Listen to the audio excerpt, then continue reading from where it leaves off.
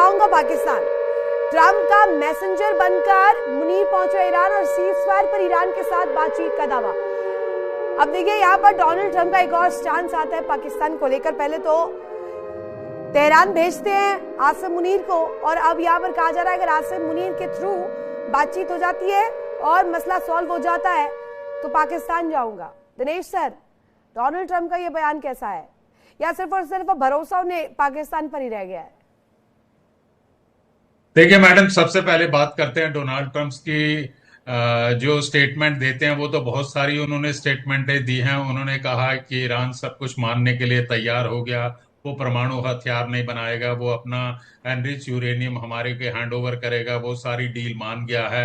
और इस प्रकार के कई प्रकार के वो स्टेटमेंटें आ जाते हैं। तो अब वर्ल्ड को पूरा समझ में आ चुका है कि ट्रंप साहब की स्टेटमेंटों को कितना सीरियस लेना है। लेकिन बेसिक मुद्दा जो मैं अभी सुन रहा था, ये हमारे एक मेहमान बैठे हुए हैं, जहांगीर जी बैठे हुए हैं। तो देखिए, हमारा हिंदू कल्चर है, हमारे बहुत अच्छे कल्चर है, हम आए हुए मेहमान की ज्यादा बेइज्जती नहीं करते हैं। आते हैं मुद्दे के ऊपर कि पाकिस्तान ही क्यों चुना गया। देखिए साहब, ऐसा है, अगर ये पत्रकार साहब हैं, ये जहांगीर जा क्या है, इनकी मतलब बैकग्राउंड तो मुझे मालूम नहीं है।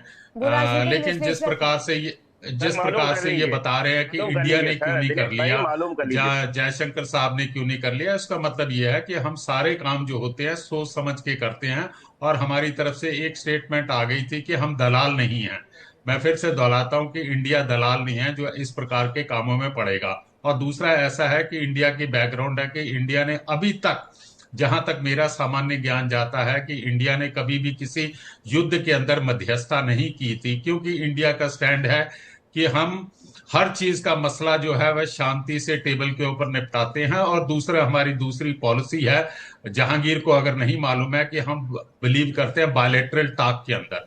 अब ये पाकिस्तान को ही क्यों चुना गया?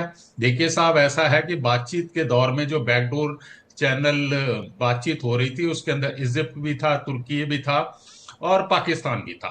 पाकिस्तान की इस समय जो है, जो इसकी भूमिका है, तो उसकी भूमिका बेसिकली ये इसलिए परफॉर्म कर रहा है क्योंकि इसकी इकोनॉमिक कंडीशन जो है बहुत बुरी तरह से बेहाल इकोनॉमिक कंडीशन है। अभी इनके प्राइम मिनिस्टर जो है वो सऊदी अरब में गया हुआ है। तो सऊदी अरब से मेरा ख्याल है इनको शायद 18,000 करोड़ रुपए आ गए हुए हैं। और मुनीर जो है वो गया हुआ ईरान के अंदर बातचीत को सुलझाने के लिए, आप कह लीजिए, जहां बातचीत, अगली बातचीत का वार्ता कब शुरू हो